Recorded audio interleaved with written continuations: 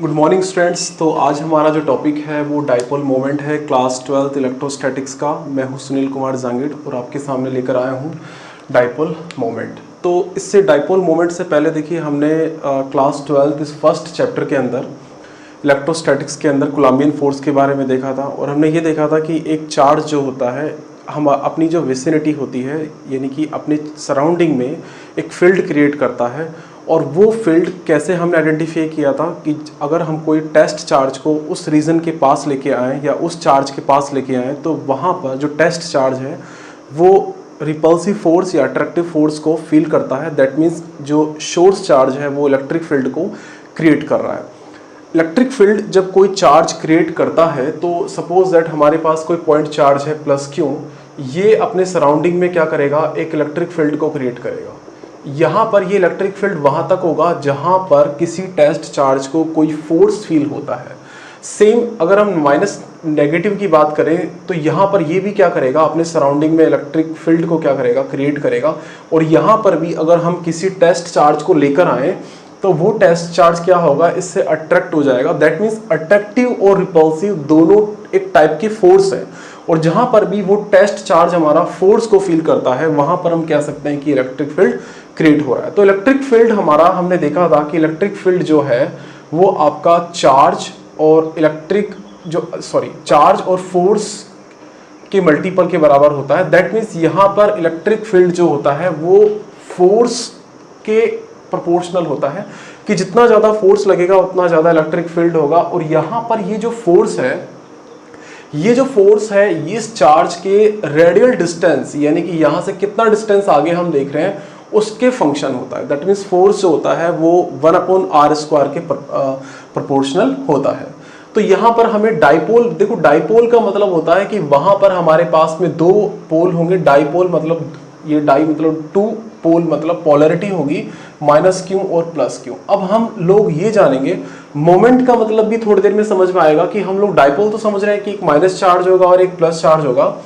अब हम इस दोनों के कंबाइंड इफेक्ट को स्टडी करना चाहते हैं कि इन दोनों का जो कंबाइंड इफेक्ट है वो यहाँ पर कितना इलेक्ट्रिक फील्ड को बनाएगा। इन दोनों का जो कंबाइंड इफेक्ट है यहाँ पर इलेक्ट्रिक फील्ड को कितना बनाएगा, क्योंकि हमने अभी जो देखा था वो सिंगल चार्ज की वजह से देखा था। अभी हम जो देख रहे हैं वो दोनों के कंबाइंड इफेक्ट की वजह से देख रहे हैं। सर ऐसा क्यों देखा जा रहा है कि यहाँ पर कंबाइंड इफेक्ट क्यों देखा जा रहा है? क्योंकि हम लोग जब एटम पढ़ते हैं तो हम जानते हैं कि पॉजिटिव चार्ज न्यूक्लियस के सराउंडिंग में आपके डिफरेंट सेल्स के अंदर इलेक्ट्रॉन्स ऑर्बिट करते रहते हैं और वहाँ पर एक एटम्स की बात करें, सबसे छोटे एलिमेंट की बात करें, वहाँ पर भी पॉजिटिव और नेगेटिव चार्ज एक साथ रहते हैं। अब हो सकता है कि वो एक दूसरे के कोइंसाइड हो, मतलब पॉजिटिव चार्ज जो होता है वो न्यूक्लियस जो है हमारा इलेक्ट्रॉन जो क्लाउड कर रहा है उसके कोइंसाइड हो, जहाँ पर पॉजिटिव और नेगेटिव के बीच में कोई डिस्टेंस ही ना हो। या फिर अगर हम लोग जो कार्बनिक कंपाउंड देखें तो सपोज दैट हम H2O की ही बात करें तो यहाँ पर ऑक्सीजन जो होता है वो नेगेटिव होता है हमारा, ऑक्सीजन का जो एटम नेगेटिव हमारा, और यहाँ पर हाइड्रोजन के एटम जो होता है वो पॉजिटिव होते हैं। दैट मीन्स पॉजिटिव और नेगेटिव का सेपरेशन हो गया। सेम अगर HCl को देखें तो H+Cl नेगेटिव, यहाँ पर प्लस और माइनस, ये दो चार्ज जो है हमारे वो किसी डिस्टेंस पर अप्लाई होते हैं। तो कहीं ना कहीं हम जब केमिस्ट्री पढ़ते हैं या फिर कुछ और चीज़ों को हम देखते हैं तो वहाँ पर नेगेटिव और पॉजिटिव जो एटम्स होता है या नेगेटिव और पॉजिटिव जो चार्ज होता है उसके बीच कुछ डिस्टेंस होती है और हम उन कंबाइंड इफेक्ट की वजह से हम लोग ये देखना चाहते हैं कि जैसे H2O है हमारा या HCl है तो इस पूरे की पूरे कंबाइंड इफेक्ट की वजह से यहाँ पर इलेक्ट्रिक फील्ड कितना बन रहा है, ये स्टडी करना चाहते हैं हम लोग इस मोमेंट पे। अब होगा क्या, ये मोमेंट क्यों बोला जा रहा है इसको भी हम समझ में आएगा। तो सबसे पहले हम लोग ये डाइपोल मोमेंट को डिफाइन कर लें। डाइपोल मोमेंट है क्या, तो उसको क्लियर वर्डिंग में देखें तो यहाँ पर डाइपोल मोमेंट जैसा मैंने बताया कि एक नेगेटिव चार्ज और एक पॉजिटिव चार्ज अगर सेपरेटेड है सम डिस्टेंस पे तो वहाँ पर वो डाइपोल मोमेंट को डिफाइन किया जाता है। तो यहाँ पर हम लोग डाइपोल मोमेंट को थोड़ा सा डिफाइन करें तो यहाँ पर सपोज दैट -q एक चार्ज है और यहाँ पर r ये डिस्टेंस पे आपका +q चार्ज आपका एग्जिस्ट कर रहा है और दोनों के बीच जो डिस्टेंस है, यहाँ से जो दोनों के बीच डिस्टेंस है वो आपकी ट्वाइस ऑफ a है। ट्वाइस a ऑफ क्यों लिया, क्योंकि जस्ट इसकी बिड तक की जो डिस्टेंस होती है वो हमारी a है और यहाँ से यहाँ तक की जो डिस्टेंस है हमारी ऑफ a है। अब यहाँ पर हम देखें तो इस डाइपोल मोमेंट को हम लोग P से रिप्रेजेंट करते हैं। इसका जो मैग्नीट्यूड होता है, इसका मैग्नीट्यूड किसी एक चार्ज के मैग्नीट्यूड मल्टीप्लाई दोनों की जो डिस्टेंस होती है, डिस्टेंस बिटवीन टू चार्जेस, ये होती है डिस्टेंस बिटवीन टू चार्जेस, ये डिस्टेंस बिटवीन टू चार्ज होती है। और यहाँ पर जो होती है चार्ज, यहाँ पे सिंगल जो आपका सिंगल चार्ज होता है उसकी मैग्नीट्यूड ऑफ सिंगल चार्ज, तो यहाँ पर मैग्नीट्यूड ऑफ सिंगल चार्ज, यहाँ पर सिंगल चार्ज हम लेंगे। सिर्फ मैग्नीट्यूड पार्ट से मीनिंग है हमें नेगेटिव या पॉजिटिव को नहीं लेना है। अब होगा क्या, यहाँ पर इसकी डायरेक्शन देखें तो डायरेक्शन ये स्केलर क्वांटिटी है या फिर वेक्टर क्वांटिटी है, तो ऑलवेज डाइपोल की डायरेक्शन -q2 + q होती है, यानी कि -q2 यहाँ डायरेक्शन में ये आपकी डायरेक्शन ऑफ डाइपोल है, डायरेक्शन ऑफ डाइपोल, ये आपकी डाइपोल की डायरेक्शन है जो कि -q से +q तक होती है। तो जब ये डायरेक्शन है, हम कह रहे हैं कि डाइपोल एक डायरेक्शनल क्वांटिटी है, तो इसको वेक्टर क्वांटिटी से डिफाइन करना होगा। अब हम चार्ज जानते हैं ये स्केलर क्वांटिटी है, तो हमें ये वेक्टर क्वांटिटी होगी 2a जो कि -q2 + q तक की डिस्टेंस होगी, तो इसको भी वेक्टर क्वांटिटी होना पड़ेगा। दैट मीन्स ये वाला जो है आपका डाइपोल मोमेंट है, ठीक है। अब हम इसको डाइपोल मोमेंट को वैसे भी देख सकते हैं, यहाँ पर चार्ज जो होता है वो किस में होता है, कूलाम में होता है, और यहाँ पर ये जो डिस्टेंस है ये आपके मीटर में होती है, तो कूलाम मीटर इसकी डायमेंशन हो जाती है डाइपोल की। ये आपकी डाइपोल की डायमेंशन है, वेक्टर क्वांटिटी की ज़रूरत नहीं है, सिर्फ हम डाइपोल की बात करें तो डाइपोल मोमेंट आपका कूलाम मीटर में होगा। आप इसको डायमेंशन भी, इसको यूनिट जो है इसकी ये है, डायमेंशन इसकी लिख सकते हैं, P की डायमेंशन जो होगी वो होगी कूलाम A(t), Q = IT होता है, और मल्टीप्लाई आपका यहाँ पर L हो जाएगा, क्योंकि ट्वाइस ऑफ A, यहाँ पर जो डिस्टेंस है L में, तो ये कितना हो जाएगा m(0), L(1), T(1), A(1), ये यहाँ पर इसकी क्या हो गई, डायमेंशन हो गई। तो यहाँ पर हमने डाइपोल के बारे में देखा, डाइपोल के बारे में यहाँ स्टडी -q2 + q इसकी डायरेक्शन होती है। अब हम लोग ये देखें कि ये जहाँ पे आपकी हमने ये चीज़ देखी अभी, और उसके बाद में हम लोग ये डिफाइन करते हैं कि हमारे पास जो एटम्स होते हैं, सपोज दैट हमारे पास एक एटम है, दैट मीन्स ये पॉजिटिव न्यूक्लियस है, और यहाँ पर सराउंडिंग में हमारे इलेक्ट्रॉन्स जो होते हैं वो रिवॉल्व कर रहे हैं। अगर यहाँ पर हम देखें तो ये इलेक्ट्रॉन का, अगर यहाँ पर न्यूक्लियस है तो न्यूक्लियस में तो प्रोटॉन और न्यूट्रॉन्स होते हैं, यहाँ पर प्रोटॉन और न्यूट्रॉन्स, और यहाँ पर इलेक्ट्रॉन, प्रोटॉन पे पॉजिटिव चार्ज होगा, दैट मीन्स सारा की सारा पॉजिटिव चार्ज यहाँ सेंटर पे कंबाइंड है, और इलेक्ट्रॉन जो रिवॉल्व कर रहे हैं उन पे नेगेटिव चार्ज होगा। तो जब हम देखते हैं तो इलेक्ट्रॉन का जो सेंटर ऑफ मास है वो इस न्यूक्लियस के सेंटर ऑफ मास के साथ में कोइंसाइड करता है।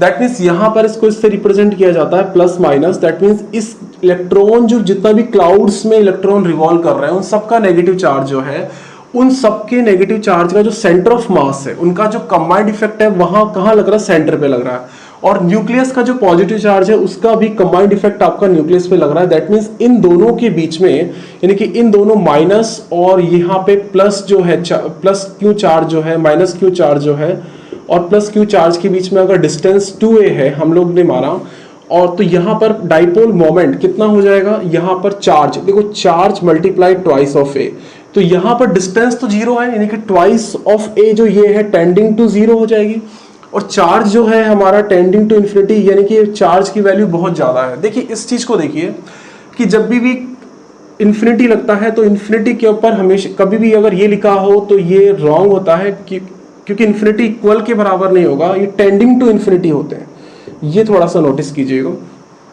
तो यहाँ पर आप देखिए कि कोई बड़ी क्वांटिटी अगर यहाँ पर इन दोनों क्वांटिटियों को पुट किया जाए, अगर ये यहाँ पर इन दोनों क्वांटिटियों को पुट किया जाए, तो P की वैल्यू जो होती है आपकी एक फाइनाइट वैल्यू आती है, यहाँ पर एक फाइनाइट वैल्यू आती है, क्योंकि देखो चार्ज की वैल्यू इनफाइनाइट है यहाँ पर, और यहाँ पर ये ट्वाइस a की वैल्यू जो है आपकी 0 है टेंडिंग। तो एक बड़ी क्वांटिटी के अंदर, सपोज दैट एक बड़ी क्वांटिटी के अंदर अगर एक 0 के इक्विवेलेंट कोई भी नंबर अगर मल्टीप्लाई होता है तो वो उसको बहुत कम बना देता है, डाइपोल मोमेंट बहुत कम बना देता है, और वो डाइपोल मोमेंट जो होता है बहुत कम साइज का बनता है, और वो कम साइज आपकी कोई भी फाइनाइट नंबर हो सकती है। तो इनको बोला जाता है पॉइंट डाइपोल बोला जाता है, जहां पर कि पॉजिटिव और नेगेटिव का सेपरेशन जो है वो हमारा टेंडिंग टू जीरो होगा, तो हम इनको आइडियल डाइपोल बोलते हैं या फिर हम इनको पॉइंट टाइप डाइपोल बोलते हैं। तो सिंपल डाइपोल कब होगा? जब इन दोनों के बीच में सेपरेशन ज्यादा होगा, चार्ज आपका फाइनाइट होगा, एक चार्ज आपका नेगेटिव होगा, दूसरा चार्ज आपका पॉजिटिव होगा, तब इनको आपका डाइपोल बोला जाता है। और यहाँ पर अगर दोनों के बीच की डिस्टेंस जो है वो आपकी टेंडिंग टू जीरो है, बहुत कम होती जा रही है और बहुत कम होते होते एक दूसरे पे कॉन्साइड कर गई और चार्ज आपके इनफाइनाइट है, बहुत ज़्यादा चार्ज है, तो वहाँ पर डाइपोल मोमेंट एक बहुत कम अमाउंट का बनेगा, दैट मीन्स वो फाइनाइट अमाउंट का बनेगा और इन्हीं को हम बोला जाता है इनको पॉइंट डाइपोल। यहाँ पर पॉइंट डाइपोल के बारे में ये डिस्कशन है। अब जरा देखते हैं यहाँ पे कि सर ये जो डाइपोल बना है इसकी वजह से इलेक्ट्रिक फील्ड के बारे में क्या इसका वो है। अब इलेक्ट्रिक फील्ड के बारे में देखो अगर हमारे पास सपोज दैट ये चार्ज है प्लस क्यू और अगर हम अगर ये प्लस क्यू ही चार्ज हमारे पास हो, ये माइनस क्यू चार्ज नहीं हो, तो हमने इसकी आर डिस्टेंस पे एक फोर्स की या इलेक्ट्रिक फील्ड की वैल्यू कैलकुलेट की थी जिसकी value 1/4 pi epsilon not Q upon कितना आर स्क्वायर आती थी। ठीक है, यानी कि यहां पर जो इसकी वजह से इलेक्ट्रिक फील्ड आता था वो यहां पर इसकी वजह से जो इलेक्ट्रिक फील्ड आता था इस क्यू की वजह से वो इतना आता था। यहां पर देखो इस पॉइंट पे, इस पॉइंट की वजह से यहां पर आर डिस्टेंस पे अगर कोई भी इलेक्ट्रिक फील्ड आता था तो इलेक्ट्रिक फील्ड कितना होता था आपका, ये कोई डायरेक्शन होगी, ये वाली direction quantity of R of cap, और यहां पर ये आपकी वेक्टर क्वांटिटी आर डिस्टेंस पे 1/4 पाई एप्सिलॉन नॉट, यहां पर minus of Q upon R square. ठीक है, यहां पर ये आर कैप की डायरेक्शन, दैट मीन्स फिर ये निकलता है कि इलेक्ट्रिक फील्ड आपका पॉजिटिव चार्ज की वजह से इतना आता है, नेगेटिव चार्ज की वजह से इतना आता है, तो इन दोनों की कंबाइंड इफेक्ट की वजह से कितना इलेक्ट्रिक फील्ड बनेगा वो हम कैलकुलेट करते हैं इस डाइपोल की वजह से। तो 1 by 1 हम कैलकुलेट करें तो जब हम इसकी डाइपोल की वजह से, डाइपोल मतलब दो चार्ज रखे हुए हैं, दो चार्ज की वजह से किसी पॉइंट पर अगर हम लोग इलेक्ट्रिक फील्ड निकालना चाहें तो वो आपका एज ए सुपरपोजिशन की तरह वर्क करेगा, सुपरपोजिशन प्रिंसिपल की तरह ही इसकी कैलकुलेशन होगी। बट हम दो स्पेसिफिक पॉइंट होते हैं जहां पर इनकी कैलकुलेशन करते हैं और 12th क्लास में जो क्वेश्चंस होते हैं या सिलेबस के अकॉर्डिंग उन्हीं पर क्वेश्चन पूछे जाते हैं या उनका डेरिवेशन पूछा जाता है। तो हम लोग यहाँ पर देखें तो सपोज दैट हम एक्सियल पॉइंट पे देखें, अगर हम लोग ये dipole moment, electric field due to dipole moment, तो यहाँ पर हम लोग ये लिख सकते हैं इलेक्ट्रिक फील्ड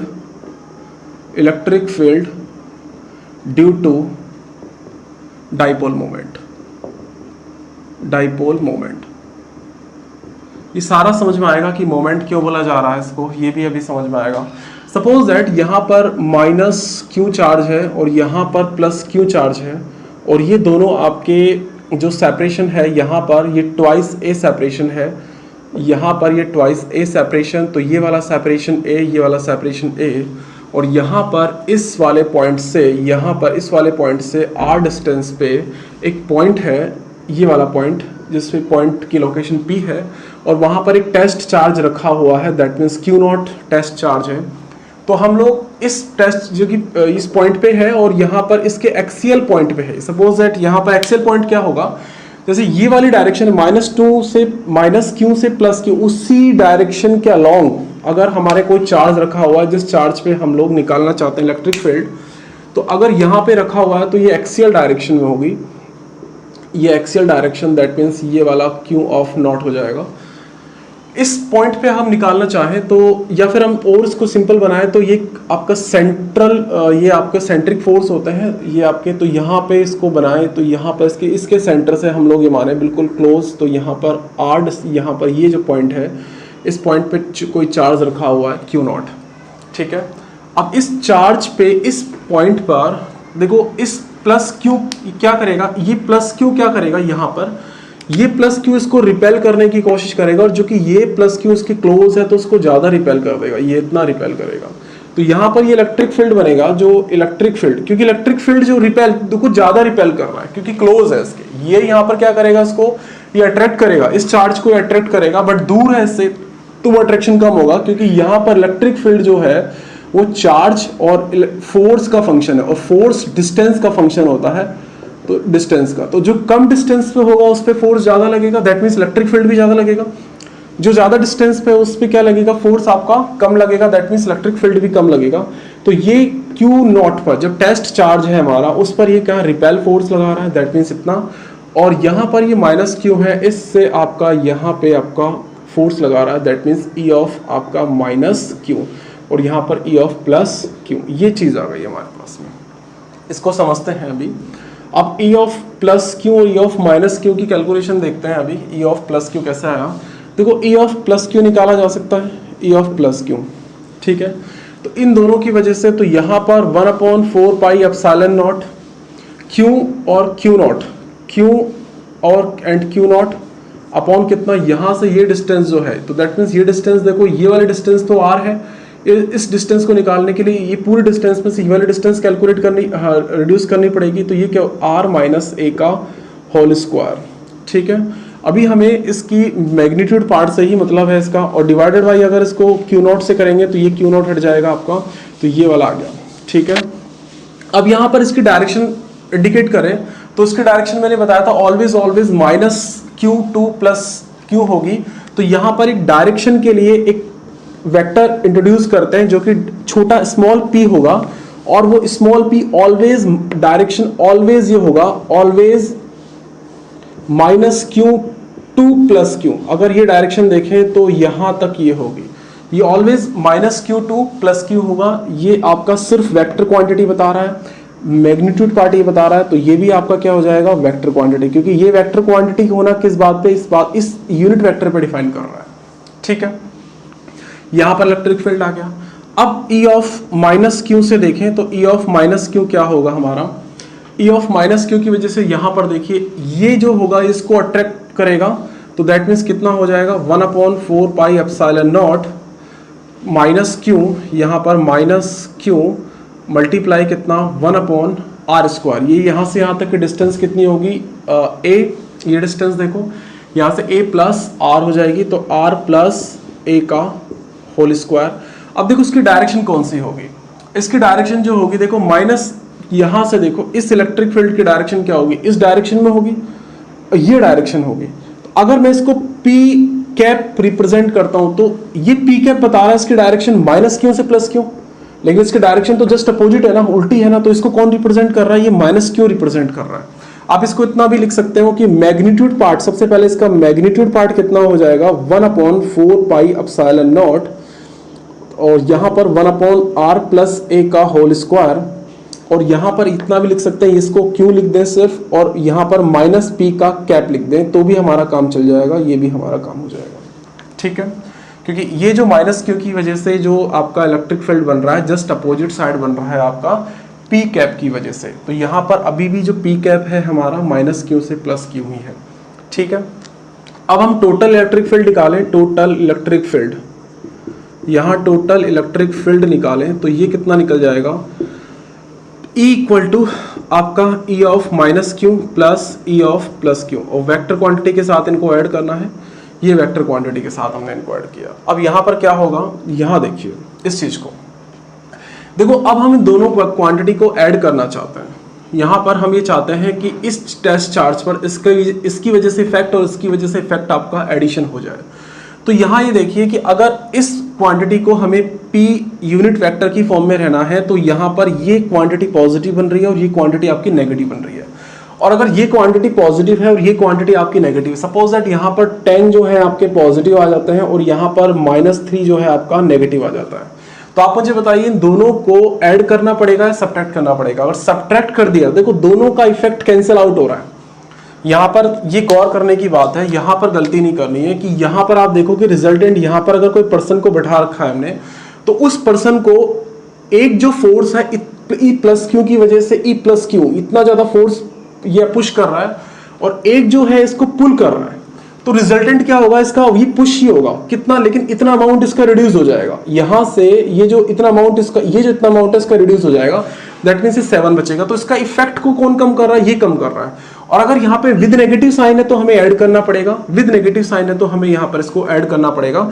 तो यहाँ पर E-Q + E+Q, तो देखो E- सबसे पहले E+Q देख लेते हैं। E+Q 1/, इसको ऐड यहाँ पर लिख लेते हैं इसको, तो 1/1 यहाँ पर 1/4πε0, ठीक है, Q/r माइनस ए का होल स्क्वायर, और यहाँ पर क्या करेंगे प्लस, यहाँ पर माइनस क्यू, यहाँ पर माइनस क्यू अपॉन कितना 4πε0 r प्लस ए का होल स्क्वायर। और दोनों की दोनों डायरेक्शन अभी भी किस में है, हमारी पी कैप में है, तो इसको यहाँ रख दिया, पी की पैप पुट कर दिया। तो ये नेगेटिव साइन को यहाँ इंट्रोड्यूस कर लो, ये नेगेटिव साइन यहाँ इंट्रोड्यूस हो जाएगा। अब हमें क्या करना है, इस क्यू को भी बाहर निकाल लेते हैं, ये वाला क्यू भी बाहर निकल जाएगा, ये वाला क्यू भी बाहर हो जाएगा, और ये जो आपके 1/4πε0 भी आपका बाहर हो जाएगा यहाँ पे। तो यहाँ पर 1 हो गया, यहाँ पर 4πε0 भी बाहर हो गया, यहाँ पर ये चीज़ हुई है, ठीक है, ये वाली चीज़। अब हमारे पास सिर्फ यही कैलकुलेशन बचती है, तो हाँ इस कैलकुलेशन को कैसे करें, r प्लस ए का whole square minus r minus A का होल स्क्वायर अपॉन कितना, ये कितना हो जाएगा r स्क्वायर माइनस ए स्क्वायर का होल स्क्वायर, ये वाला चीज़ हो गई, ठीक है। तो ये कितना हो जाएगा Q/4πε0, ओके। अब ये कितना हो जाएगा, यहाँ पे इसको यहाँ पे लगाया हम लोग। अब यहाँ पर देखो r स्क्वायर प्लस यहाँ पर इस कैलकुलेशन को करें तो ये कितना हो जाएगा Q/4πε0, तो कॉमन आ जाएगा। यहाँ पर r square plus A square plus twice r of a minus, देखो यहाँ पर r स्क्वायर माइनस ए स्क्वायर, देखो माइनस 2ra प्लस 2ra हो जाएगा, तो plus twice r of a, ये हो गया, ये कैंसिल आउट हो जाएंगे सारे, और अपॉन कितना हो जाएगा r स्क्वायर माइनस का a स्क्वायर का स्क्वायर, ठीक है। तो ऊपर कितना हो गया हमारे पास में q times of 4r of a upon कितना हो जाएगा r स्क्वायर माइनस का a स्क्वायर का होल ऑफ स्क्वायर, ठीक है। अगेन ये p वेक्टर आपका चलता रहेगा यहाँ पे। इसको थोड़ा सा यहाँ सिंप्लीफाई करते हैं इस चीज़ को, तो p आपका यहाँ पर जो इलेक्ट्रिक फील्ड है हमारा, ये जो इलेक्ट्रिक फील्ड आया रिजल्टेंट इलेक्ट्रिक फील्ड, वो कितना आ गया हमारे पास Q, इसको हमने ब्रेक कर दिया, ये twice r twice a multiply r, और यहाँ पर देखो इस चीज़ के लिए यहाँ पर देखिए, तो यहाँ पे ट्वाइस RA है तो ट्वाइस AR, ठीक है, ट्वाइस एक मल्टीप्लाई 2 भी करना पड़ेगा हमें, 2, यहाँ पर कितना हो जाएगा r square minus of a square, ठीक है, और इसका क्या हो गया स्क्वायर हो गया। तो जस्ट हम ये देखें कि इसमें एक अजम्पशन लेते हैं या फिर हम लोग थोड़ा और सिंप्लीफाई करें, तो Q एंड 2a, ये P हो गया, ये P अगेन कितना ट्वाइस इंटू R, ये कितना होगा r स्क्वायर माइनस का a स्क्वायर का होल स्क्वायर। अब देखिए इस चीज़ को थोड़ा अजम्पशन लेते हैं कि हमें मानते हैं कि यहाँ पर ये जो डाइपोल है, ये डाइपोल होगा, होते क्या है एक्चुअल में कि जैसे सपोज दैट ये हमारा एक मार्कर है, ये मार्कर की लेंथ का डाइपोल है, और हम बहुत दूरी पे हम लोग एक r जो डिस्टेंस है, अगर इसके एक्सेल डिस्टेंस पे देखें तो ये वाला डिस्टेंस जो होती है हमारी r होती है। तो हम यहाँ पर जो ट्वाइस से है इसको नेगलेक्ट कर सकते हैं r के कंपैरिजन में, तो r जो है हमारा जो है वो वेरी वेरी ग्रेटर देन जो है a से है हमारा, तो इस a को नेगलेक्ट किया जा सकता है। तो दैट मीन्स यहाँ पर निकलता है, देखो ये भी आपका रिलेशन है, तो ट्वाइस p ऑफ r, यहाँ पर r की पावर कितना हो जाएगा 4, अगर हमने इसको नेगलेक्ट कर दिया तो अगेन इसका कितना हो जाएगा twice p upon r cube. तो यहाँ पर देखो k भी चलता 1/4πε0, ये भी चलता आ रहा था, तो 1/4πε0, और यहाँ पर भी 1/4πε0, और यहाँ पर भी 1/4πε0। तो यहाँ पर देखो यहाँ पर भी यही हो जाएगा आपका, तो कितना हो गया 1/4πε0 twice of p upon r cube, और यहाँ पर एक वेक्टर और चलता आ रहा था यहाँ पे, ये आपका यूनिट वेक्टर, यहाँ पर ये एक रिलेशन फाइंड आउट होता है इसके एक्सियल पॉइंट पे, और एक्सियल पॉइंट कौन सा है, यहाँ पर -q2 + q एक डाइपोल रखा है, उसके एक्सियल पॉइंट पे इलेक्ट्रिक फील्ड जो है आपका, यानी कि ये जो इलेक्ट्रिक फील्ड है हमारा विद डायरेक्शन, क्योंकि यहाँ पर 1/4πε0 ट्वाइस ऑफ p, यहाँ पर अब ये कितना हो जाएगा r ऑफ क्यूब, ठीक है, और यहाँ पर ये p की डायरेक्शन हो गया, ठीक है। ये हमारा क्या आ गया इलेक्ट्रिक फील्ड आ गया। अब देखो यहाँ पर इसमें एक चीज थोड़ा और देखना है, यहाँ पर आप मुझे बताइए कि इस P पर कोई वेक्टर लगाने की, देखो यही अटेंशन है पूरा, यही गलतियां होती है। अगर इसको पूरे को हम लोग लॉक्ड कर ले और इसमें देखें कि हम लोगों ने क्या क्या किया है, तो देखो ये 1/4πε0 कांस्टेंट है, k की वैल्यू 9 × 10⁹ ट्वाइस कांस्टेंट P जो है यहाँ पर ये R कांस्टेंट है, P भी आपका कांस्टेंट है और मैग्नीट्यूड पार्ट है, स्केलर पार्ट है। अब यहाँ पर इलेक्ट्रिक फील्ड जो बता रहा है वो कौन बता रहा है, ये वाली डायरेक्शन बता रही है। दैट मीन्स आप ये देखिए कि, और ये डायरेक्शन कौन सी थी, इस डायरेक्शन को देखिए, ऑलवेज -q to +q, और -q से +q की डायरेक्शन देखो ये वाली डायरेक्शन है। तो आप ये देखिए इलेक्ट्रिक फील्ड भी इस डायरेक्शन में ही है क्या। अब देखो यहाँ पर E+q ये अमाउंट इलेक्ट्रिक फील्ड इस डायरेक्शन में था और छोटा सा अमाउंट इस डायरेक्शन में था, तो रिजल्टेंट तो आपका इसी डायरेक्शन में आया -q to +q। तो यहाँ पर ये जो यूनिट वेक्टर है वो किसके डायरेक्शन को बता रहा है, इलेक्ट्रिक फील्ड के डायरेक्शन को बता रहा है। और ये इलेक्ट्रिक फील्ड की डायरेक्शन हमारी एक्सियल डायरेक्शन है, दैट मींस इस डाइपोल के एक्सिस पॉइंट पे रखी हुई है, एक्सियल पॉइंट पे रखी हुई है, इसके आपकी लेंथ के प्रोपोर्शनल रखी हुई है। तो यहाँ पर ये एक्सियल पॉइंट आता है। अब इसको देखिए, यहाँ पर हम लोग जब देख रहे थे तो फोर्स हमने देखा था, किसी चार्ज की वजह से फोर्स जो आ रहा था वो फोर्स हमारा यहाँ पर फोर्स जो आता था, या फिर हम लोग देखें तो 1/r² के प्रोपोर्शनल आ रहा था, 1/r² के प्रोपोर्शनल, या हम ये भी कह सकते हैं कि रेसिप्रोकल ऑफ r² के आ रहा था। या फिर इलेक्ट्रिक फील्ड भी हम मोनोपोल की देखें, अगर यहाँ पर मोनोपोल, अगर हम यहाँ पर मोनोपोल की वजह से इलेक्ट्रिक फील्ड देखा जा रहा था तो भी आपका ये 1/r² के प्रोपोर्शनल आ रहा था। लेकिन यहाँ पर ये जो इलेक्ट्रिक फील्ड है ये डाइपोल की वजह से क्रिएट हो रहा है। तो यहाँ पर अगर ये इलेक्ट्रिक फील्ड जो है अगर ये डाइपोल की वजह से क्रिएट हो रहा है, अगर यहाँ पर ये डाइपोल, तो यहाँ पर ये जो फील्ड है 1/r³ की स्पीड से आपका कम होता जाएगा। देखो एक चीज और देखते हैं, अगर यहाँ पर एक सिंगल चार्ज होता और हम इससे दूर जाते तो नो डाउट हमारा इलेक्ट्रिक फील्ड रिड्यूस होता, कम होता 1/r² के प्रोपोर्शनल।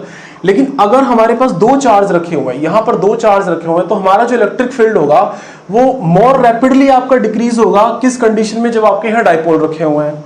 वापस देखते हैं, जब हमारा ये पूरा सिस्टम नहीं रखा होता, सिर्फ Q चार्ज रखा होता, तो यहाँ पर सिर्फ Q चार्ज की वजह से हमारा इलेक्ट्रिक फील्ड जो है वो रिड्यूस होता है, हमारा नो डाउट रिड्यूस होता, बट वो 1/r² के प्रोपोर्शनल होता। अगर हमारा यहाँ डाइपोल रखा हुआ है तो डाइपोल की वजह से हमारा इलेक्ट्रिक फील्ड जो होता है वो रिड्यूस हो रहा है इस एक्सिस के अकॉर्डिंग में, इस एक्सिस के अलोंग। तो हमारा जो डाइपोल है वो डाइपोल की वजह से इलेक्ट्रिक फील्ड जो है वो 1/r³ के प्रोपोर्शनल आ रहा है। दैट मींस मोर रैपिडली आपका इलेक्ट्रिक फील्ड जो होता है वो रिड्यूस होगा। किसकी वजह से, इनकी वजह से, अगर ये डाइपोल रखे हैं। तो डाइपोल का ये एक सिंपल केस था। डाइपोल का दूसरा केस हम देखते हैं जब इसके इक्वेटोरियल प्लेन के अंदर, सपोज दैट ये तो आपका देखो एक्सियल, ये आपका एक्सियल लाइन थी। अगर हम इसको तो थोड़ा सा इस तरह बनाए, देखो इस तरह से बना दें, अगर ये हमारा इस तरह से बना दें तो ये देखो ये वाला एक प्लेन बन रहा है जिसको हम बोलते हैं एक्सियल प्लेन। ये वाला एक प्लेन बन रहा है। हम लोग ये कह सकते हैं कि ये जो -q और +q चार्ज है वो -q और +q चार्ज किसी प्लेन में भी रखे हो सकते हैं। तो यहाँ पर इसको एक प्लेन भी जो आ जाता है, आप लोग कंफ्यूज ना हो, इसको हम लोग बोलते हैं एक्सियल प्लेन, एक्सियल प्लेन। और इस ये जो चार्ज है वो इस चार्ज जो है आपके, ये आपके एक लाइन के अलोंग होंगे और इस प्लेन में कहीं भी रखे हो सकते हैं। दैट मीन्स सपोज दैट ये भी मान सकते हैं कि ये एक आपका क्या है, एक्सियल प्लेन है और यहाँ पर ये पॉइंट और इस पॉइंट पर दो चार्ज रखे हुए हैं। तो इस अगर ये इस डायरेक्शन के अलोंग देखें तो ये हमारा ये एक्सियल प्लेन की तरह वर्क करेगा। ठीक है, अगर ये वाला, ठीक है। तो यहाँ पर हम लोग एक कंडीशन देख चुके हैं एक्सियल प्लेन वाला, और दूसरा हम लोगों को देखना है कि अगर हमारा ये जो पॉइंट है, जिस पॉइंट को हम टेस्ट करना चाहते हैं, वो सर अगर घूम करके ऊपर चला गया तो, या घूम करके सर कहीं भी जा सकता है, तो इलेक्ट्रिक फील्ड किस तरह से वेरी होता है और उसकी डायरेक्शन क्या होती है। देखो जब भी हम कोई क्वांटिटी पढ़ेंगे तो यहाँ पर देखो डिफरेंस सिर्फ ये आ जाता है कि इससे पहले अगर हमने कोई भी क्वांटिटी पढ़ी है तो सिर्फ हमें उसके मैग्नीट्यूड पार्ट से मतलब था। यहाँ पर हमें मैग्नीट्यूड पार्ट के अलावा इसके डायरेक्शनल पार्ट से भी हमें मतलब है। यानी कि दो चीजें होंगी। अगर हम वेक्टर क्वांटिटी को पढ़ें, स्केलर और वेक्टर में दो डिफरेंस यही आता है कि स्केलर में सिर्फ मैग्नीट्यूड आता है और वेक्टर क्वांटिटी में मैग्नीट्यूड के अलावा इंपॉर्टेंट हमारी उसकी डायरेक्शन बन जाती है। तो सबसे पहले पढ़ने से पहले, किसी चैप्टर को स्टार्ट करने से पहले, किसी टॉपिक को स्टार्ट करने से पहले हम लोग उसकी डायरेक्शन जो होती है उससे ज़्यादा जो इफेक्टेड होता है कि यार इसकी डायरेक्शन क्या रही होगी, तो वहाँ पे मोर अटेंशन हमारा डायरेक्शन में जाता है। तो यहाँ पर इलेक्ट्रिक फील्ड यहाँ पर माइनस, सपोज दैट यहाँ पर अगर इक्वेटोरियल प्लेन में देखें तो इलेक्ट्रिक फील्ड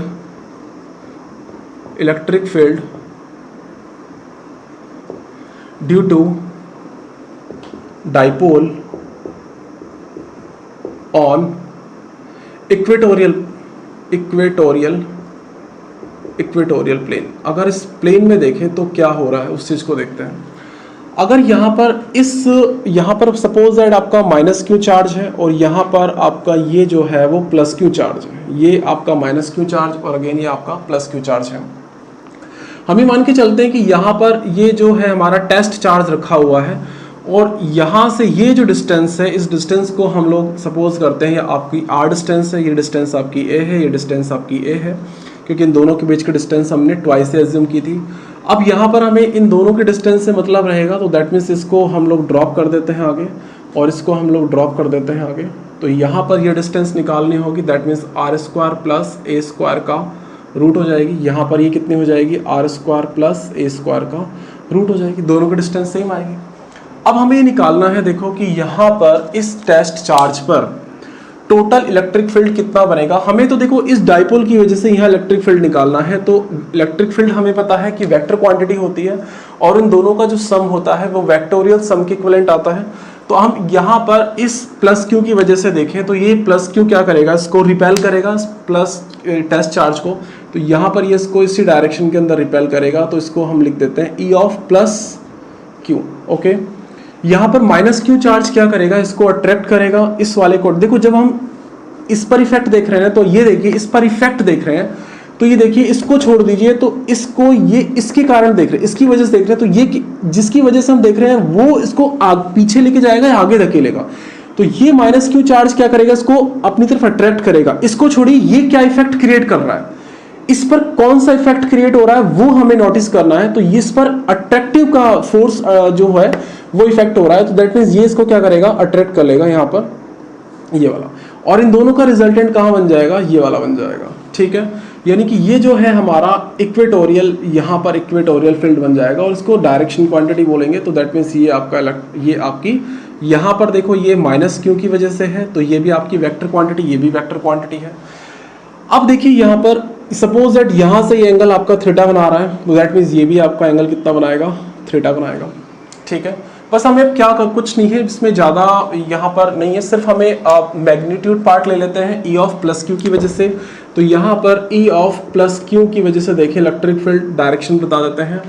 यहाँ पर इसकी ये भी लिख देते हैं कि यहाँ पर ये पॉइंट P है, ये पॉइंट A है, सपोज दैट ये पॉइंट आपका B है। तो ई प्लस क्यू देखें तो ये वाला इस प्लस क्यू की वजह से देखेंगे तो ये कितना हो जाएगा, 1/4 पाई एप्सिलॉन नॉट कितना हो जाएगा, प्लस क्यू आपका यहाँ पर और distance R square plus A square, R square plus A square. अब देखो यहाँ पर मैंने वेक्टर बनाया है तो उसके बारे में, ये तो मैग्नीट्यूड पार्ट हो गया, ये तो मैग्नीट्यूड पार्ट हुआ, तो उसके बारे में मुझे डायरेक्शन के बारे में बताना पड़ेगा। देखो बिल्कुल समझ में आनी चाहिए, अगर हर बात समझ में आती है ना कि यार मैंने वेक्टर बना दिया इसके ऊपर, तो ये आपकी जो एरो बनाया है वेक्टर क्वांटिटी को रिप्रेजेंट कर रहा है, तो यहाँ पर तो वेक्टर क्वांटिटी मतलब इसकी डायरेक्शन होनी चाहिए, तो डायरेक्शन भी बतानी पड़ेगी। अब तक मैंने मैग्नीट्यूड पार्ट बताया तो मेरा गलत हो जाएगा। तो मुझे अगर यहाँ सिर्फ मैंने मैग्नीट्यूड ही बताया और यहाँ मैंने डायरेक्शन बताई है ना यहाँ पे, तो वो गलत हो जाएगा। तो यहाँ मुझे डायरेक्शन भी बतानी पड़ेगी। तो इसकी डायरेक्शन कहाँ होगी, देखो ये इसको रिपेल करेगा इस डायरेक्शन में, तो अलोंग B2P, तो यहाँ डायरेक्शन हो गई अलोंग B2 आपका P। बस इतनी इंफॉर्मेशन देनी है, सिर्फ हमें डायरेक्शन बतानी है, तब हमारा ये काम हो जाएगा कि चलो ठीक है ये हमारी कुछ क्वांटिटी है, वेक्टर क्वांटिटी है। दूसरा ई माइनस क्यू देखें तो ई ऑफ माइनस क्यू, यानी कि ई आपका माइनस क्यू की वजह से देखें तो ये भी वेक्टर क्वांटिटी है आपकी, क्योंकि इसकी भी डायरेक्शन है। That means 1/4 pi epsilon not कितना हो जाएगा यहाँ पर माइनस क्यू। तो सिर्फ हमें इस मैग्नीट्यूड पार्ट से मतलब है, यहाँ पर कितना हो जाएगा R square plus A square. अगर यहाँ पर देखो अलोंग, अगर आपने लिख दिया अलोंग, देखो कहाँ जा रहा है ये, इसको अट्रैक्ट कर रहा है along P2B, along P2A, along P2 आपका A। अगर ये आपने डायरेक्ट यहाँ भी ये नेगेटिव साइन जो है ना ये यहाँ पर आ चुका, अगर यहाँ पर सपोज दैट आपने यहाँ नेगेटिव साइन किया होता तो यहाँ पर, अब यहाँ सिर्फ मैग्नीट्यूड पार्ट लिया। देखो अगर हम कहें कि ये नंबर है आपका माइनस का 67, ठीक है, तो आप अगर ये कहा जाए तो देखो यहाँ पर वेक्टर क्वांटिटी में ये होता है, अगर -67 लिखा हुआ है तो 67 को आप मैग्नीट्यूड पार्ट में बताएं, और यहाँ पर ये जो माइनस है इसको आप वेक्टर पार्ट में बताएं, या फिर इसके यूनिट वेक्टर पार्ट में, ये वेक्टर पार्ट हो जाता है, ये वेक्टर पार्ट है। ठीक है, ये बात इसको ध्यान रखनी है। तो यहाँ पर मैग्नीट्यूड पार्ट अगेन ये इसका कितना है, मैग्नीट्यूड पार्ट है आपका, मैग्नीट्यूड पार्ट है, और यहाँ पर ये क्या है आपका डायरेक्शन पार्ट है, ये आपका डायरेक्शन पार्ट है। ये स्टार्टिंग में अगर आप लिख लेंगे तो थोड़ा सा प्रैक्टिस होगी, बोरियत फील होगी, बट ये थोड़ा सा ध्यान में रहेगा हमेशा कि कभी हम गलती नहीं करेंगे इसके लिए। तो यहाँ पर अब क्या करना है, हमें टोटल इलेक्ट्रिक फील्ड कैलकुलेट करना है। तो टोटल जो फील्ड है, टोटल जो आपका फील्ड बनेगा वो क्या बनेगा हमारे पास, तो E इक्वल टू आपका E ऑफ प्लस क्यू, ये वेक्टर क्वांटिटी, ये भी vector quantity, plus E of minus Q. ठीक है, कोई बात नहीं। अब हमें क्या करना है, देखो इसका यहाँ पर हमें क्या करना है, सिर्फ ये अगर ये जो E प्लस क्यू है, इस E प्लस क्यू के यहाँ पर देखो दो वेक्टर आएंगे, E प्लस क्यू, ये तो E प्लस क्यू की वजह से रिजल्टेंट वेक्टर है। यहाँ पर इसका एक वेक्टर वर्टिकल डायरेक्शन में भी आएगा और एक वेक्टर इस डायरेक्शन में भी आएगा हॉरिजॉन्टल। तो हॉरिजॉन्टल तो कंपोनेंट ये हो जाएगा, और वर्टिकल आपका ये वाला, ये वर्टिकल कंपोनेंट आएगा, किसकी वजह से, आपका प्लस क्यू वजह से। सेम अमाउंट में, और दोनों का मैग्नीट्यूड सेम है, तो यहाँ पर भी देखो इसके दो कंपोनेंट आएंगे, दिस डायरेक्शन में कंपोनेंट आपके, और यहाँ वर्टिकल डायरेक्शन में कंपोनेंट आएंगे। तो ये वर्टिकल डायरेक्शन वाले कंपोनेंट जो होते हैं कैंसिल आउट हो जाता है, क्योंकि इक्वल मैग्नीट्यूड के हैं और दोनों ये कंपोनेंट आपके जुड़ जाते हैं। ठीक है, तो कितना हो जाएगा, E ऑफ प्लस क्यू, यहाँ पर E ऑफ प्लस क्यू और E ऑफ माइनस क्यू। तो अगर यहाँ पर देखें तो यहाँ पर E of plus Q cos of theta plus E of minus Q cos of theta, ये बन जाएगा। और अब यहाँ पर अगर ये रिप्रेजेंट, देखो अगर अब इसकी डायरेक्शन बतानी है हमें, तो डायरेक्शन यहाँ पर अगर हम P वेक्टर लगाते हैं तो P वेक्टर डायरेक्शन बता रहा है इसकी, किसकी, इलेक्ट्रिक फील्ड की। यहाँ ये इलेक्ट्रिक फील्ड की डायरेक्शन कौन बता रहा है, P वेक्टर। लेकिन P वेक्टर जो डायरेक्शन बताता है ना, ऑलवेज ये बताता है, ये ऑलवेज माइनस क्यू टू आपका प्लस क्यू बताता है। ठीक है, minus Q two plus Q बताता है ये डायरेक्शन, ये ऑलवेज P वेक्टर का डायरेक्शन तो always dipole minus Q two plus Q है। लेकिन इलेक्ट्रिक फील्ड की डायरेक्शन चाहिए आपको, अगर ये इलेक्ट्रिक फील्ड की डायरेक्शन है तो दैट मीन्स हमें यहाँ पे माइनस लगाना पड़ेगा, क्योंकि इसकी डायरेक्शन और इलेक्ट्रिक फील्ड की डायरेक्शन जो है वो आपकी जस्ट अपोजिट है। क्योंकि देखो यहाँ पर इस P वेक्टर की direction minus Q two plus Q है, ये वाली minus Q two plus Q है, और इलेक्ट्रिक फील्ड जो रिजल्टेंट बन रहा है उसकी डायरेक्शन जस्ट अपोजिट है, ये इस डायरेक्शन के और इस डायरेक्शन के जस्ट अपोजिट है। तो हमें ये लगाना पड़ेगा। अब यहाँ पर दोनों देखो सेम ही है, दोनों अमाउंट, तो माइनस का ट्वाइस E ऑफ, किसी में भी माइनस क्यू या प्लस क्यू लगा सकते हैं, यहाँ पे कॉस ऑफ थीटा हो जाएगा, और यहाँ पर P ऑफ वेक्टर हो जाएगा। ठीक है, अब यहाँ पर क्या करना है हमें, ये कॉस ऑफ थीटा की वैल्यू निकालनी है। तो कॉस ऑफ थीटा की वैल्यू बिल्कुल इजीली वे में निकाली जा सकती है। यहाँ पे कॉस ऑफ थीटा, ठीक है, A बटे के, ठीक है, तो ये कितना हो जाएगा, दिस बटा दिस, यहाँ पर रूट ऑफ कितना, R square plus A square, ये बन गया। अब यहाँ पर इसकी वैल्यू रख देनी है कॉस की, और यहाँ पर सिंपली इसको सॉल्व कर देना है, माइनस का twice E of minus Q, दोनों का मैग्नीट्यूड सेम है, आप किसी की वैल्यू भी रख सकते हैं। तो 1/4 पाई एप्सिलॉन नॉट, और यहाँ पर कितना आ गया, चार्ज Q अपॉन कितना, R square plus of A square. ठीक है, कॉस थीटा देखें तो कॉस थीटा कितना आया, A अपॉन कितना, यहाँ पर root of R square plus A square. ठीक है, अगेन इसके डायरेक्शन में इंडिकेट करनी पड़ेगी, दैट मीन्स P, कोई प्रॉब्लम नहीं। ये A है आपका और ये Q है आपका, ये है आपका A है। ठीक है, अब कितना हो जाएगा, यहाँ पर ये इलेक्ट्रिक फील्ड ही चल रहा है हमारा, यहाँ पर ये इलेक्ट्रिक फील्ड ही है हमारा। अब देखिए यहाँ पर इसको कांस्टेंट है तो कांस्टेंट रहने दीजिए। अब इसको ओपन कर लें इस वाले को, तो ये कितना 3/2, यानी कि इसकी देखो R square plus A square की पावर 1, इसको यहाँ देखते हैं, R square plus A square की पावर ऑफ 1, इसको मल्टीप्लाई जब हम करेंगे R square plus A square की पावर 1/2 से, तो ये पावर ऐड हो जाएंगी, तो कितने हो जाएगी, 3/2 हो जाएगा। तो यहाँ पर ट्वाइस नेगेटिव का, यहाँ पर नेगेटिव का 4 पाई एप्सिलॉन नॉट, ये कितना हो जाएगा, Q ऑफ, ये A भी यहाँ पे डाल दें तो, और यहाँ पे ये हो जाएगा R square plus A square की पावर ऑफ 3/2, अगेन ये कितना हो जाएगा, P ऑफ वेक्टर। अब देखो यहाँ पर वही अजम्पशन हमें लेना है कि अभी भी डाइपोल आपका छोटा रहेगा, दैट मीन्स A जो है वो छोटे रहेंगे, और बहुत दूरी इसके इक्वेटोरियल प्लेन के अंदर हम ये देखना चाहते हैं कि किसी पॉइंट पर इलेक्ट्रिक फील्ड, तो ये जो डिस्टेंस होगी बहुत ज़्यादा होगी। तो अजम्पशन हम ले लेते हैं यहाँ पर आर स्क्वायर का, कि यहाँ पर ये देखिए अजम्पशन हम लें यहाँ पर इस फील्ड में, तो इफ़ R जो है वो ग्रेटर देन A है, देन R को नेगलेक्ट किया जा सकता है कि कंपैरिजन में। तो इलेक्ट्रिक फील्ड कितना हो जाएगा यहाँ पर माइनस का ट्वाइस ऑफ A और Q अपॉन कितना यहाँ पर 4 पाई एप्सिलॉन नॉट, ठीक है। तो ये कितना हो जाएगा R स्क्वायर, देखो A स्क्वायर तो यहाँ पे नेगलेक्ट हो जाएगा, तो A को एज ए 0 कंज्यूम कर सकते हैं। तो R की पावर स्क्वायर की पावर 3/2, तो 2 से 2 कैंसिल हो जाएगा। तो यहाँ पे माइनस का देखो ट्वाइस, अब यहाँ पे ट्वाइस A और Q, देखो यहाँ पर P भी आपका यही था, P का मैग्नीट्यूड आपका किसी भी चार्ज पे और इन दोनों के बीच डिस्टेंस पे, तो यहाँ पर सिंपल इसको P कहा जा सकता है, 4 पाई एप्सिलॉन नॉट कहा जा सकता है, और यहाँ पर क्या ये कैंसिल हो जाएगा R क्यूब कहा जा सकता है। तो यहाँ पर इलेक्ट्रिक फील्ड जो इक्वेटोरियल बनता है हमारा, यहाँ पर इलेक्ट्रिक फील्ड जो अगेन P वेक्टर देना पड़ेगा, यहाँ पर 1/4 pi epsilon not negative sign के साथ में, P ये इस पे वेक्टर लगाने की नीड नहीं है, R क्यूब और यहाँ पर R का कैप, ये वाली डायरेक्शन बनती है हमारी। ये लॉक कर दें इसको अगर हम, और यहाँ पर इलेक्ट्रिक फील्ड को देखें तो इलेक्ट्रिक फील्ड है ये हमारा वो इक्वेटोरियल इलेक्ट्रिक फील्ड है। मतलब इक्वेटोरियल मतलब इसके जो एक्सियल पॉइंट है उसके जस्ट परपेंडिकुलर डायरेक्शन में कोई पॉइंट है वहाँ पर है।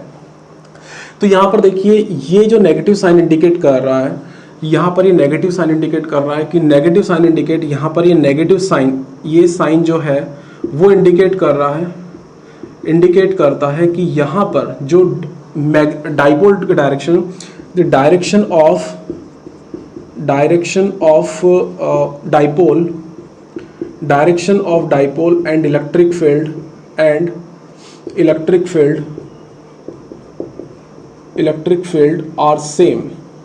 Are opposite to each other, are opposite to each other। यहाँ पर ये बात ध्यान रखने की है कि यहाँ पर ये जो R है, ये R कैप जो है, सॉरी P वेक्टर है आपका, P ऑफ वेक्टर, ये जो P वेक्टर की डायरेक्शन है उसकी डायरेक्शन आपकी इलेक्ट्रिक फील्ड के डायरेक्शन के जस्ट अपोजिट आ रही है। यहाँ भी देख सकते हैं कि देखो P कहाँ आ रहा है -Q to +Q, और इलेक्ट्रिक फील्ड आपका जस्ट अपोजिट आ रहा है, तो दोनों की डायरेक्शन जस्ट अपोजिट होंगी। यहाँ पर भी देखो कंक्लूजन यही निकलता है कि अगर हम लोग हमारे इस डाइपोल से, अगर हम सिंगल चार्ज की वजह से हम लोग देखते हैं तो सिंगल चार्ज की वजह से इलेक्ट्रिक फील्ड हमारा 1/r² की प्रोपोर्शनल रेट पे रिड्यूस होता। लेकिन यहाँ पर देखो ये आपका डाइपोल है, और डाइपोल से हम लोग r डिस्टेंस ऊपर चलें, डाइपोल से अगर हम r डिस्टेंस ऊपर चलें तो वहाँ पर हमारा जो इलेक्ट्रिक फील्ड है वो 1/r³ की स्पीड से आपका कम होगा, यानी कि ये आपका रैपिडली आपका कम होता है इलेक्ट्रिक फील्ड इक्वेटोरियल प्लेन के अंदर। और ये सारा, ये भी प्लेन अगर देखो आप ये समझे इसको, तो ये प्लेन आप इक्वेटोरियल प्लेन मान सकते हैं, ये वाला प्लेन को, ये वाले प्लेन को आप इक्वेटोरियल प्लेन मान सकते हैं। ये आपका जो है वो ये आपका इक्वेटोरियल प्लेन है, इक्वेटोरियल प्लेन, वो आपका एक्सेल प्लेन था, ये इक्वेटोरियल प्लेन है। इस प्लेन पे कोई भी पॉइंट होगा तो वहाँ पर इलेक्ट्रिक फील्ड जो निकलेगा वो इसी तरह से कैलकुलेट होता है। तो यहाँ पर एक चीज़ हमने ये नोट की कि जब हम लोग इस डाइपोल के एक्सेल पॉइंट पे चल रहे थे तो हमारा इलेक्ट्रिक फील्ड जो है वो ट्वाइस P/r³ आ रहा था, 1/4 pi epsilon not twice P/r³ आ रहा था। लेकिन यहाँ पर अगर इसके इक्वेटोरियल प्लेन पे चलते हैं तो हमारा इलेक्ट्रिक फील्ड देखो कम हो गया, वो K P/r³ हो गया। मतलब हम ये कह सकते हैं कि हमारा जो इलेक्ट्रिक फील्ड है, वो हमारा अगर एक्सियल पॉइंट पे है तो वो हमारा ट्वाइस टाइम होगा इलेक्ट्रिक फील्ड हमारा इक्वेटोरियल प्लेन के, ये इक्वेटोरियल प्लेन के। मतलब अगर हम लोग देखो यहाँ खड़े होके देखें तो दैट मीन्स इसका मतलब ये निकलता है कि इलेक्ट्रिक फील्ड आपका फोर्स की प्रोपोर्शनल होता है, यानी कि यहाँ खड़े होके देखें तो हमें ज़्यादा फोर्स लगेगा और यहाँ खड़े होके देखें तो हमें जस्ट इसका हाफ ही फोर्स लगेगा, यहाँ खड़े होके देखें तो इसका हाफ ही फोर्स लगेगा। अब ये कैलकुलेशन हम जब करते हैं तो डायरेक्शन आप निकाल सकते हैं। सपोज दैट यहाँ पर कोई -Q चार्ज आ गया, यहाँ पर अगर टेस्ट चार्ज आ गया तो टेस्ट यहाँ डायरेक्शन क्या होगी? सर यहाँ डायरेक्शन तो आपने लेफ्ट साइड बना दी। तो एक ऑलवेज इक्वेटोरियल प्लेन पे या इक्वेटोरियल लाइन पर हमेशा डाइपोल की डायरेक्शन और इलेक्ट्रिक फील्ड की डायरेक्शन अपोजिट होती है। क्यों होती है? देखो अगर यहाँ पर +Q चार्ज होता तो ये +Q चार्ज क्या होता है, इसको इस डायरेक्शन में रिपेल करता, और ये माइनस क्यू क्या चार्ज क्या करता है, इसको अट्रैक्ट करता है, तो दोनों का रिजल्टेंट अभी भी इसी साइड में आता है। तो डाइपोल की साइड और इस इलेक्ट्रिक फील्ड की साइड आपकी अभी भी अपोजिट होती अगर वो आपका इक्वेटोरियल प्लेन के अंदर लाइज कर रहा है। फिर हम लोग, ये खत्म होता है आपका डाइपोल मोमेंट, फिर हम लोग इसका जो मेन लॉजिक है उसको समझने की कोशिश करते हैं। टॉर्क, ये यहां पर देखते हैं कि टॉर्क ऑन डाइपोल, कि डाइपोल पर टॉर्क कौन सा लगता है, किस तरह से टॉर्क लगता है और वो क्या रिप्रेजेंट करता है, कि ये हम अभी इसको समझते हैं। तो डाइपोल, ये हमने देखा कि कॉम्बिनेशन होता है आपका माइनस चार्ज और प्लस चार्ज का कॉम्बिनेशन होता है डाइपोल। डाइपोल के हमने एक्सियल पॉइंट को देखे, डाइपोल के हमने इक्वेटोरियल प्लेन को देखे, और हमने देखा था कि एक्सियल पॉइंट पर इलेक्ट्रिक फील्ड ज़्यादा बनता है देन कंपैरिजन टू आपका इक्वेटोरियल प्लेन। तो यहाँ पर हम लोग टॉर्क ऑन डाइपोल मोमेंट देखते हैं कि टॉर्क ऑन डाइपोल मोमेंट क्या रिप्रेजेंट करता है, उसका लॉजिक क्या होता है। ठीक है, तो यहाँ पर ठीक है, तो torque on a dipole moment, तो इसके बाद टॉपिक है हमारा torque on a dipole moment. Torque on a dipole moment कैसे होता है, देखो यहां पर टॉर्क क्या होता है पहले तो उसको समझ लेते हैं। डाइपोल मोमेंट तो हमें समझ में आता है, मोमेंट अभी भी हमें थोड़ा बहुत समझ में नहीं आ रहा है, तो अभी हमें मोमेंट और टॉर्क समझना है। तो पहले टॉर्क समझ लेते हैं, फिर उसका जो रोटेशन होगा ना, तो रोटेशन पे हमें समझ में आएगा कि ये मोमेंट क्यों बोला जा रहा है। ठीक है, तो टॉर्क समझते हैं, टॉर्क क्या होता है। देखो जब भी किसी बॉडी पर हम लोग लीनियर फोर्स लगाते हैं, जब भी किसी बॉडी पर हम लीनियर फोर्स लगाते हैं, यानी कि सपोज दैट ये वाला फोर्स है और इसको इस साइड में फोर्स लगा रहे हैं, तो यहाँ पर ये जो बॉडी होती है वो ट्रांसलेटरी मोशन करती है। ठीक है, वापस देखते हैं, जब हम किसी बॉडी पर लीनियर फोर्स लगा देते हैं तो वो ट्रांसलेटरी मोशन करती है, यानी कि इस बोर्ड को देखो अगर हम इस साइड में पुश करें ना, तो ये आपका लीनियर वेलोसिटी, यानी कि यहाँ पे ये क्या होगा, सीधी ही जाएगी। अगर हम क्या करें, अगर हम अब टॉर्क देख लेते हैं, तो टॉर्क जो होता है वो फोर्स के इक्विवेलेंट होता है अगर हम किसी बॉडी को रोटेट कर दें। तो अगर हम किसी बॉडी को सपोज दैट यहाँ पर है, इस पॉइंट पे हम कील ठोक दें, क्लिंग कर दें इसको, और यहाँ पर इसको इस तरह से इसको हम लोग फोर्स दें, या फिर यही मान लीजिए हम पहले इसको इस तरह फोर्स दे रहे थे, दोनों जो फ्री एंड है इसके, और दोनों फ्री एंड होने की वजह से ट्रांसलेटरी मोशन कर रहा था। लेकिन अब क्या होगा, हमने इसको पॉइंटेड कर दिया और फिर हमने इसको जब इसको फोर्स लगाया तो ये क्या करती है, घूम जाएगी। तो होगा क्या कि यहाँ पर एक पॉइंट जो होगा, यहाँ पर अगर ये पॉइंट फिक्स है, अगर ये पॉइंट आपका फिक्स है और यहाँ पर अगर एक फोर्स लगाया है, तो यहाँ पर ये फोर्स क्या करेगा, इसको रोटेट कर देगा, और ये फोर्स ऑलवेज इस डायरेक्शन के परपेंडिकुलर लगना चाहिए। अगर यहाँ पर ये फोर्स इस डायरेक्शन में लगाया है तो ऑलवेज फोर्स की ये वाली डायरेक्शन लेनी पड़ेगी हमें, तो फोर्स परपेंडिकुलर लगना चाहिए। सपोज दैट आपके ये दरवाजे हैं, दरवाजे क्या होते हैं आपके, एक साइड से आपके क्लिंग होते हैं, और जैसे हम इस पे फोर्स लगाते हैं, देखो हम इसके वन एंड पे फोर्स लगाते हैं, तो यहाँ पर ये फोर्स क्या करेगा, इसको इस डायरेक्शन में रोटेट कर देगा, ये इस डायरेक्शन में इसको रोटेट कर देगा। तो यहाँ पर एक टॉ डिफाइन होता है फॉर रोटेशनल मोशन के लिए, और फोर्स डिफाइन होता है फॉर ट्रांसलेटरी मोशन के लिए। ये ट्रांसलेटरी मोशन के लिए डिफाइन होता है, और यहाँ पर ये आपका रोटेशनल मोशन के लिए डिफाइन होता है। और इसकी वैल्यू में डिफरेंस ये है कि यहाँ पर जो आपका टॉर होता है वो फोर्स इनटू परपेंडिकुलर डिस्टेंस जो होती है ये इसके इक्विवेलेंट होता है यहाँ पर। ठीक है, ये अभी हम इसको समझेंगे कि किस तरह क्या होता है। तो देखो कोई चीज अगर टॉर्क देखें, टॉर्क जो होता है वो किसी भी चीज को रोटेट कर देता है, घुमा देता है। ठीक है, तो वैसे ही हम लोग इलेक्ट्रिक फील्ड की प्रेजेंस में हम लोग अब ये देखने वाले हैं कि आपका जो डाइपोल है वो क्या लीनियर ही जाएगा या ट्रांसलेटरी मोशन करेगा या फिर रोटेशनल मोशन करेगा। तो उसको समझते हैं। देखिए सपोज दैट हमारा ये इलेक्ट्रिक फील्ड है, ये आपका एक इलेक्ट्रिक फील्ड है, और इस इलेक्ट्रिक फील्ड में हमने ये अजम्पशन ली है कि ये आपका यूनिफॉर्म इलेक्ट्रिक फील्ड है, दैट मीन्स एक समान इलेक्ट्रिक फील्ड है। ठीक है, अगर हम इस इलेक्ट्रिक फील्ड में, अब देखो ये इलेक्ट्रिक फील्ड की डायरेक्शन ऐसे क्यों बनी है इसको भी देख लेते हैं कि electric field always flow from positive charge to negative charge. यहाँ देखिए ये इलेक्ट्रिक फील्ड लाइन होती है, ये अभी हम पढ़ेंगे, हालांकि ये इलेक्ट्रिक फील्ड लाइन होती है। तो यहाँ पर अगर हम कह रहे हैं कि इस रीजन में हम कहते हैं कि यहाँ पर कोई इलेक्ट्रिक फील्ड एग्जिस्ट कर रहा है, तो दैट मीन्स ये समझते हैं कि इसके लेफ्ट साइड में पॉजिटिव चार्ज होगा और इस इलेक्ट्रिक फील्ड के राइट साइड में नेगेटिव चार्ज होगा। ठीक है, अगर हमारी इलेक्ट्रिक फील्ड की डायरेक्शन ये वाली है, अगर इलेक्ट्रिक फील्ड की डायरेक्शन ये है तो यहाँ पर पॉजिटिव चार्ज रहा होगा और यहाँ पर नेगेटिव चार्ज रहा होगा। इस बात को ध्यान में रखना है। यहाँ पर एक डाइपोल रख देता हूँ, डाइपोल की ओरिएंटेशन ऐसे रखें जो आपकी नॉर्मल डायरेक्शन है, ये आपकी जनरल डायरेक्शन है यहाँ पे, ठीक है। ये आपका माइनस क्यू है और ये आपका प्लस क्यू है, ठीक है। अब क्या होगा यहाँ पर देखो, जब इलेक्ट्रिक फील्ड की डायरेक्शन ये वाली है, अगर ये इलेक्ट्रिक फील्ड की डायरेक्शन है तो दैट मीन्स यहाँ कहीं पॉजिटिव चार्ज रहे होंगे और यहाँ कहीं नेगेटिव चार्ज रहे होंगे, ये ऐसा हम अजम्पशन करके चलते हैं। जब यहाँ पर पॉजिटिव चार्ज है तो यहाँ पर ये माइनस क्यू को क्या करेगा, ये अपनी तरफ अट्रैक्ट करेगा, किस फोर्स से, F equal to q of E से करेगा। यहाँ पर नेगेटिव चार्ज है तो ये इसको अट्रैक्ट करेगा, किस फोर्स से, F equal to q of E से करेगा। अब थोड़ा गौर से देखिए तो यहाँ पर जितना फोर्स लेफ्ट साइड में लग रहा है उतना फोर्स इसके राइट साइड में लग रहा है। तो देखो आपके साथ में कोई ऐसी चीज है जो उसको एक फोर्स इधर खींच रहा है और एक फोर्स इधर खींच रहा है, तो क्या वो ट्रांसलेटरी मोशन करेगी? क्या वो ट्रांसलेटरी मोशन करेगी ही नहीं। तो यहाँ पर ये जो डाइपोल है, ये डाइपोल ट्रांसलेटरी मोशन कैसे करेगा? देखो, अगर ये डाइपोल ऐसे रखा तो ऐसे ट्रांसलेटरी मोशन करेगा, अगर ये डाइपोल ऐसे रखा है तो ऐसे ट्रांसलेटरी मोशन करेगा, अगर ये डाइपोल ऐसे रखा है तो ऐसे ही ट्रांसलेटरी मोशन करेगा। दैट मीन्स वो वाली कंडीशन तो यहाँ नजर नहीं आ रही है, क्योंकि यहाँ पर जो फोर्स है इक्वल अमाउंट में लग रहे हैं और इसको ये काम नहीं करने दे रहे हैं, ठीक है।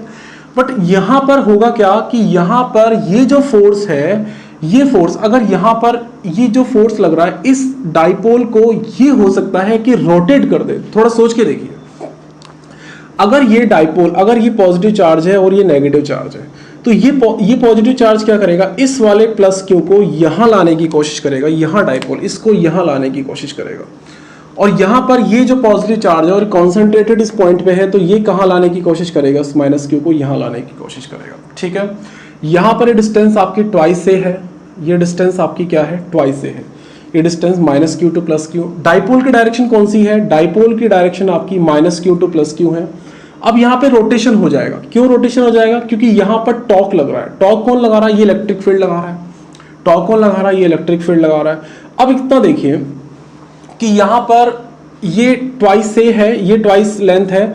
अब इतना देखिए कि यहाँ पर सपोज दैट ये भी एक लाइन होती है, तो ये जो डिस्टेंस है, सपोज दैट ये एंगल थीटा बन रहा है, तो ये जो डिस्टेंस है सिर्फ इतना ही, इतने ही पर ये सब फोर्स लगता। देखो इसको इतना देखिए कि अगर ये आपका डाइपोल इस तरह रखा हुआ है और कोई फोर्स लग करके, देखो ऐसे रखा हुआ है, कोई फोर्स लग करके ये चाहता है कि इस डाइपोल को ऐसे शिफ्ट कर दे, क्योंकि हो रहा है कि ये अगर प्लस क्यू यहाँ पर आ जाएगा और ये माइनस क्यू यहाँ पे आ जाएगा, तो ये इक्विलिब्रियम कंडीशन में आएगा और उस वक्त इस डाइपोल मोमेंट के अंदर कोई भी मूवमेंट होगा ही नहीं, कोई भी रोटेशन होगा ही नहीं, ठीक है। ये बात भी समझ में आती है। अब हमें क्या करना है, इसके अंदर इसकी ये जो टॉर्क लगेगा, सपोज दैट इस पे लगने वाला है टॉर्क, तो फोर्स मल्टीप्लाई कितनी, परपेंडिकुलर डिस्टेंस, ये परपेंडिकुलर डिस्टेंस आ जाएगी। तो ये जो परपेंडिकुलर डिस्टेंस है वो कितनी आ जाएगी, ये ट्वाइस, ये तो है आपकी ट्वाइस ए कॉस थीटा और ये आपकी twice A sine of theta. ये क्यों आई, ऐसा क्यों रीजन रहा है, क्योंकि यहां पर आप देखिए कि अगर ये आपका डाइपोल है तो इस डाइपोल को ये फोर्स इतनी लेंथ के लिए तो क्या करेगा, फोर्स लगाएगा इतनी लेंथ के लिए। जब ये आपका इस डायरेक्शन में आ जाएगा तब तक तो ये आपकी कोई फोर्स लगेगा नहीं, या फिर जब ये मैक्सिमम यहां आएगा तब इस पे कितना, पूरी की पूरी लेंथ के ऊपर क्या लगेगा, आपका ये फोर्स लगेगा। तो ये जो डायरेक्शन है वो आपकी क्या है, फोर्स की, ये फोर्स और इसकी परपेंडिकुलर डिस्टेंस। अब यहाँ पर फोर्स इंटू ये वाली परपेंडिकुलर डिस्टेंस, ये वाली ये परपेंडिकुलर डिस्टेंस, तो यहाँ पर ये परपेंडिकुलर डिस्टेंस कितनी आ गई, twice of A sine of theta, बिल्कुल ठीक है। अब यहाँ पर एफ कितना हो जाएगा, एफ हो जाएगा क्यू इंटू आपका ई हो जाएगा, और यहां पर एफ ई यहां पर हो जाएगा मल्टीप्लाई में आपका ट्वाइस ऑफ ए, ठीक है, twice of A sine of theta. यहां पर देखो तो क्यू इंटू ट्वाइस है, ये तो पी बन रहा था, तो पी यहां पर पी और ई यहां पर ये वाला, ये तो दोनों मिलके पी बन गए और ई हो गया, यहां पे साइन ऑफ थीटा आया, तो यहां पर ये टॉ बन जाएगा। अब यहां पर देखो ये tau equal to P of E sine theta आ रहा है।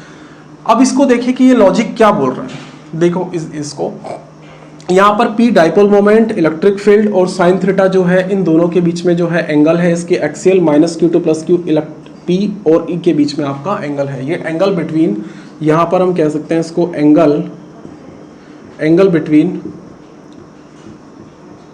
P and E, angle between P and E, P and E के बीच में एंगल है आपका डाइपोल मोमेंट और आपका इलेक्ट्रिक फील्ड के बीच में आपका ये एंगल है। इन दोनों को आप वेक्टर क्वांटिटी से भी लिख सकते हैं इसको। अब यहाँ पर देखना है, देखो हमें कि सर ये फिर हमें ये क्रॉस प्रोडक्ट हमें देखना है, ये दोनों P of E sine theta आ रहे हैं, तो यहाँ पर P क्रॉस E जो है ये आ जाता है, यहाँ पर P क्रॉस E आ जाता है। तो देखो इसको देखें, P क्रॉस E क्या है हमारा, देखो यहाँ पर अगर सपोज दैट हमारा P है और यहाँ पर सपोज दैट हमारा, देखो ये आपका इलेक्ट्रिक फील्ड है और ये हमारा ये P है, अगर ये P है और यहाँ पर ये डायरेक्शन कुछ इस तरह से रिप्रेजेंट कर रहा है और ये एरो आपका डाउनवर्ड डायरेक्शन है, तो इनका रिजल्टेंट आपका नीचे की तरफ आता है टॉ यानी कि P क्रॉस E। इसको थोड़ा सा समझते हैं कि सर ऐसा क्यों है, ऐसा क्यों नहीं है कि E क्रॉस P हो जाए, ये भी तो हो सकता था सर, E क्रॉस P भी तो हो सकता था। तो उसके लिए देखो इसको ध्यान से समझते हैं। अभी आप इतना देखिए, इस क्रॉस प्रोडक्ट को हम जब 11th क्लास के वेक्टर चैप्टर पढ़ेंगे तो उसको डिटेल से डिस्कस करेंगे कि यहाँ पर देखो स्केलर प्रोडक्ट क्या होता है और आपके वेक्टर प्रोडक्ट क्या होते हैं। देखो थोड़ा सा इसके बारे में इसको डिफाइन कर लें, इसको समझते हैं इसको। तो देखो स्केलर प्रोडक्ट जो होता है, स्केलर प्रोडक्ट, तो स्केलर प्रोडक्ट के बारे में थोड़ा सा देखते हैं। तो सपोज दैट हमारे पास ये कोई एक T1 डायरेक्शन है, T1 कोई फोर्स हो सकता है, ये भी कोई भी क्वांटिटी हो सकती है, और यहाँ पर ये T2 जो है, यहाँ पर ये T2 है, ये T2 किसी एंगल पे इंक्लाइंड है और यहाँ पर हम ये देखना चाहते हैं दोनों का डॉट प्रोडक्ट। तो यहाँ पर देखो इस T1 के अलोंग हम T2 की हॉरिजॉन्टल शैडो लेते हैं, ये वाली शैडो लेते हैं। तो यहाँ पर T1 मल्टीप्लाई या T1 आपका ये मल्टीप्लाई, ये क्रॉस नहीं, सिंपल मल्टीप्लाई हम लोग लेते हैं T2 कॉस ऑफ थीटा, ठीक है। या फिर हम ये भी ले सकते हैं, देखो यहाँ पर ये आपका क्या है, T2 है और यहाँ पर ये आपका T ऑफ 1 है और इन दोनों के बीच एंगल थीटा है। तो हम क्या करेंगे, ये वाला प्रोजेक्शन लेंगे, ये वाला प्रोजेक्शन, तो T2 multiply T1 cos theta. तो देखो प्रोजेक्शन कोई सा भी हो सकता है, ये वाला इसकी शैडो इस डायरेक्शन में या इस T1 की शैडो इस डायरेक्शन में, ये डजंट मैटर नहीं करता, ये मैटर करता नहीं क्योंकि दोनों का जो मैग्नीट्यूड पार्ट जो है वो आपका सेम आएगा। लेकिन अब हम लोग अगर वेक्टर प्रोडक्ट की बात करें तो वेक्टर प्रोडक्ट में क्या होगा, P की डायरेक्शन और E की डायरेक्शन, ये दोनों की दोनों वेक्टर क्वांटिटी है। तो A टू B डायरेक्शन देखो इस वाले हैंड से इसको फॉलो करते हैं, इस वाले हैंड से अगर हम लोग ये देखें तो P टू E अगर आ रहा है, तो देखो यहाँ पर अगर ये P है, ये एक प्लेन में है, आप इतना समझिए कि ये इस तरह से प्लेन है, इस प्लेन में ये P रखा हुआ है और ये E रखा हुआ है और यहाँ पर टॉ की डायरेक्शन हमें पहचाननी है। तो इसको समझते हैं, देखो ये P है और ये E है, तो हमारी जो डायरेक्शन है वो P टू E आ रही है, तो P टू E मतलब P और E के बीच में, तो P से E के बीच आ रही है। तो देखो इस हैंड को हम लोग अगर डिफाइन करें तो हमारे जो ये फिंगर्स हैं वो कर्ल हम P टू E करेंगे, नॉट E टू P करेंगे। हमें क्या करना है, देखो जहां डायरेक्शन एरो बन रहा है, अगर हम ये कह रहे हैं कि tau equal to P cross E है, तो यहां पर हम इस फिंगर्स को इस तरह से रोटेट करेंगे और ये थंब जो है हमारा वो डायरेक्शन बताएगा इन दोनों के स्केलर प्रोडक्ट को, ठीक है। अब जरा यहां देखिए, अब यहां पर ये तो समझ में आता है कि P और E को हम इस तरह से कर्ल करें इस फिंगर्स को P टू E, तो हमारा थंब डायरेक्शन नीचे आ रहा है। या फिर अगर हम उल्टा करते, देखो E टू P करते, अगर मैं इस कर्ल करता E टू P करता, E टू P, तो यहाँ पर थंब ऊपर की तरफ आता। या फिर हम लोग यहाँ पर ये भी कह सकते थे कि अगर ये की ये कहानी अगर इलेक्ट्रिक फील्ड की ऐसे होती, इलेक्ट्रिक फील्ड और यहाँ पर ये P की डायरेक्शन ऐसे होती और ये आपका एरो प्लस थीटा डायरेक्शन ऐसे बनाता, तो यहाँ पर जो टॉ है वो tau equal to P cross E, यहाँ पर ये जो टॉ है वो कितना बनता, P क्रॉस E। या फिर क्या बनता, अब यहाँ पे उल्टा हो जाता है, ये E क्रॉस P हो जाता है, E क्रॉस P, तो E टू P चल रहा है। देखो यहाँ पर देखो ये नोटिस करना है कि ये जो क्वांटिटी है ये वेक्टर क्वांटिटी, ये भी वेक्टर, ये भी वेक्टर, ये भी वेक्टर, ये भी वेक्टर, ये भी वेक्टर, तो यहाँ P टू E चल रहा है, P टू E, ठीक है। और यहाँ पर ये है E टू P लिखना है, तो E टू P जब आपको मूव कर रहा है तब आपको एग्जैक्ट डायरेक्शन आएंगी ये वाली वेक्टर क्वांटिटी के। लेकिन सर ये भी तो हो सकता था ना, ये भी तो, ये आपने ये क्यों नहीं किया, ये भी तो हो सकता था। तो इसका रीजन ये है, देखो इसका रीजन ये है, यहाँ पे समझ में आएगा कि यहाँ पर आप इतना देखिए कि हमें कौन सा फॉलो करना है। देखो हमारे पास दो केस हो सकते हैं, या तो ये सही है, या तो ये राइट है, या तो ये वाला कंडीशन राइट है, या फिर टॉ आपका E क्रॉस P ये राइट है। ये दोनों में से कोई एक राइट है, हमें ये पता लगाना है कि कौन सा राइट है और कौन सा रॉन्ग है, ठीक है। और ये भी हो सकता है कि आप एग्जाम में ये भूल गए कि P क्रॉस E था या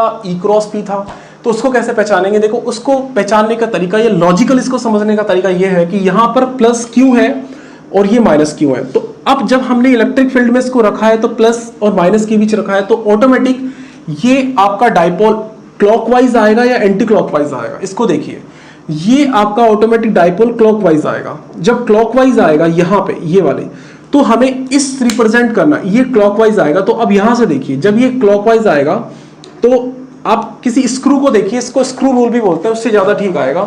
किसी भी स्क्रू को अगर हम लोग यहां देखें, अगर ये आपकी बोतल, ये स्क्रू है आपका, या फिर एक बोतल की जो ढक्कन होती है, इसको देखिए आप, इस बोतल के ढक्कन को उससे भी पहचान सकते हैं कि अगर हम किसी भी कैप को, किसी भी स्क्रू को टाइट करते हैं, अगर हम किसी भी स्क्रू को टाइट करते हैं तो आप देखिए वो आपका इनटू द पेपर जाता है, डाउनवर्ड डायरेक्शन में जाता है। और किसी भी हम स्क्रू को ओपन करते हैं तो वो आपका ऊपर की तरफ आता है, यानी कि आउट ऑफ द पेपर आता है, आउट ऑफ द फुट आता है। तो यहां पर यही लॉजिक समझना है कि अगर हमें किसी स्क्रू को टाइट करना है तो वो आपका डाउनवर्ड डायरेक्शन में जाएगा, और जब स्क्रू को टाइट करते हैं तो हम उसको क्लॉकवाइज डायरेक्शन के अंदर मूव करते हैं। जब हम स्क्रू को टाइट करते हैं तो क्लॉकवाइज डायरेक्शन में मूव करते हैं, तो क्लॉकवाइज डायरेक्शन जो होगी वो आपकी ये क्लॉकवाइज, अगर ये क्लॉकवाइज डायरेक्शन होगी तो वहां पर जो स्क्रू होगा वो आपका डाउनवर्ड डायरेक्शन के अंदर जाएगा। अब आप ये देखिए, इस कंडीशन को देखिए, यहां पर आप ये देखिए डाइपोल इस डायरेक्शन में, ये डायरेक्शन क्लॉकवाइज है, एंटी क्लॉकवाइज है, ये डायरेक्शन आपकी क्लॉकवाइज है। तो क्लॉकवाइज डायरेक्शन में आप किसी, आज एक एक्सपेरिमेंट करके देखना, या फिर थोड़ा सा आपको पता भी होगा कि किसी बोतल के ढक्कन को आप क्लॉकवाइज मूव करवाना, क्लॉकवाइज करना, तो वो कसने की होगी या खुलेगी, वो कसेगी, यानी कि नीचे जाएगी वो। यानी कि यहां पर अगर हम क्लॉकवाइज मूव करवा रहे हैं तो यहां पर क्लॉकवाइज मूव कराने का मतलब P2E का मतलब वो डाउनवर्ड डायरेक्शन में जा रहा है। दैट मींस ये हमें पता है, ये एक्सपेरिमेंटली हो रहा है। तो अगर हम क्लॉकवाइज मूव कराते हैं, P2E करवा रहे हैं तो डाउनवर्ड डायरेक्शन के अंदर, क्योंकि ये देखो यहां पर ये डाउनवर्ड डायरेक्शन के अंदर जाना, ये आपका प्रैक्टिकली ये हो चीज हो रही डाउनवर्ड डायरेक्शन। तो डाउनवर्ड डायरेक्शन में जाने के लिए मुझे P2E लेना पड़ेगा या E2P लेना पड़ेगा। अगर मैं E2P लेता हूं तो अपवर्ड डायरेक्शन में हो जाएगा, अगर मैं E2P लेता हूं तो अपवर्ड डायरेक्शन, दैट मींस वो प्रैक्टिकली रॉन्ग हो जाएगा, इसलिए हम इसकी डायरेक्शन P2E लेते हैं। वापस इसको देखते हैं, ये जो हमारा है वो क्लॉकवाइज जा रहा है, ये ऑटोमेटिक इलेक्ट्रिक फील्ड इसको कहां लेके जाएगा, क्लॉकवाइज डायरेक्शन में लेके जाएगा। और क्लॉकवाइज डायरेक्शन के अंदर आपका यहां पर जो टॉ है वो नीचे की तरफ बनेगा, ठीक है। और क्योंकि यहां पर ये भी है कि हम स्क्रू को अगर क्लॉकवाइज डायरेक्शन में मूव करते हैं, रोटेट करते हैं, तो वो नीचे की तरफ जाती है। तो ये नीचे आना, ये प्रैक्टिकली आपका जो ये परफॉर्म हो रहा है, क्योंकि नीचे आ रहा है, ये आपका नीचे की तरफ आ रहा है, टॉ आपका नीचे की तरफ लग रहा है। तो यहां पर हमें डायरेक्शन P2E लेनी पड़ेगी। अगर ये ऐसा नहीं होता तो ये क्या कर देता, ऊपर की तरफ मूव कर जाता है यहां से, ठीक है। तो यहां पर हमेशा ये लेना है P2E, तो ये हमारा जो है वो रॉन्ग हो जाएगा। तो ये आप, अगर आपको कोई भी प्रॉब्लम है तो आप इस चैनल में जब आप इसको वीडियो देखते हैं तो नीचे कमेंट बॉक्स में आप लोग ये बता सकते हैं कि सर ये चीज़ हमें वापस समझानी है, नहीं समझ में आए तो मैं किसी और तरीके से इसको समझाने की कोशिश करूंगा। बट ये हमेशा ध्यान रखना है, वेरी वेरी इंपॉर्टेंट, कि बुक्स के अंदर इन चीज़ों पे फोकस नहीं किया जाता है कि यहाँ पर सिर्फ इनके डेरिवेशंस करवा देते हैं। डेरिवेशंस इतने ज़्यादा टफ नहीं होते हैं, ये सिंपल ही होते हैं। बस इनमें अगर इन्हीं चीज़ों को हम भूल जाए ना, अगर डेरिवेशन में देखो ये आएगा, अब ये तो E क्रॉस P भी हो सकता है और P क्रॉस E भी हो सकता है, ठीक है। तो इन चीज़ों को ध्यान में रखना है। अब यहाँ पर इलेक्ट्रिक फील्ड, इन दोनों के बीच डायरेक्शन जो बन रही है वो इलेक्ट्रिक फील्ड की बन रही है, यहाँ पर ये इलेक्ट्रिक फील्ड। तो दैट मीन्स ये निकलता है कि यहाँ पर ये तो आपका डाइपोल मोमेंट है और यहाँ पर इलेक्ट्रिक फील्ड है, तो डाइपोल P2E चलना है आपको, दैट मीन्स यहाँ पर डायरेक्शन से, ठीक है। ये वाली बात समझ में। अगर यहाँ पर देखो उल्टा हो जाएगा, अगर P डायरेक्शन ये माइनस क्यू, ये प्लस क्यू की वजह से हुआ, अगर यहाँ पर ये उल्टा हो जाए, अगर यहाँ प्लस हो जाए, यहाँ पर ये यहाँ पर माइनस हो जाए, तो देखो इलेक्ट्रिक यहाँ पर डाइपोल इस साइड में चलेगा, तो डाइपोल मोमेंट की डायरेक्शन अलग हो जाएगी। तो ये जो आपका टॉ यहाँ बन रहा था वो टॉ आपका कहाँ बन जाएगा, ऊपर की तरफ बन जाएगा। ये बात नोटिस करनी है। तो क्वेश्चन जब करेंगे तो उस बात को ध्यान में रखेंगे। तो अब इस कंडीशन में देखो टॉ मैक्सिमम कब बनेगा, टॉ बस दो केस लेते हैं, टॉ मैक्सिमम कब बनेगा और टॉ आपका मिनिमम कब बनेगा। तो टॉ मैक्सिमम बनेगा जब आपका यहाँ साइन थीटा क्या होगा, 90 डिग्री होगा। तो P of E sine of आपका 90 डिग्री होगा। ये कब 90 डिग्री होगा, यानी कि ये मैक्सिमम बन जाएगा आपका P ऑफ E, और यहाँ पर ये जो है आपका मिनिमम, सिर्फ मैग्नीट्यूड पार्ट से मतलब है हमें, ये कब होगा जब आपका साइन ऑफ 0 बन जाएगा, 0 डिग्री बन जाएगा, तो ये आपका 0 हो जाएगा। ये दो इंपॉर्टेंट केस हैं, क्योंकि यहाँ पर देखो अब सिंपल देखो आप ये मैथमेटिकल कैलकुलेशन को भी छोड़िए, आप इतना देखिए कि ये टॉ यहाँ पर ये ऐसे रखा हुआ है, तो ये क्या करेगा, देखो ये इसका पॉइंटर पार्ट है, प्लस क्यू पार्ट है, माइनस क्यू पार्ट है। जब आप इसको परपेंडिकुलर रख देंगे तभी तो इसमें मैक्सिमम फोर्स लग के इसको कहाँ करेगा, इस इलेक्ट्रिक फील्ड के डायरेक्शन में लाएगा। अगर ये यहीं रखा हुआ है, अगर ये 0 डिग्री, क्योंकि यहाँ से कितना एंगल बना रहा था 90 डिग्री का, तो 90 डिग्री पे फोर्स मैक्सिमम लगेगा। यहाँ रखा हुआ है तो कितने डिग्री का एंगल बना रहा है, इलेक्ट्रिक फील्ड भी इसी डायरेक्शन में डाइपोल मोमेंट की डायरेक्शन भी यही, तो कितना फील्ड कितना डिग्री का एंगल बना रहा है, 0 डिग्री का एंगल बना रहा है। तो 0 डिग्री का एंगल बना रहा है तो कोई फोर्स लगेगा ही नहीं ना, ये तो आपकी इक्विलिब्रियम कंडीशन है, ये वाली कंडीशन तो आपकी इक्विलिब्रियम कंडीशन हो गई, तो कोई फोर्स नहीं लगेगा। तो ये वाली बातें हमेशा ध्यान रखनी है।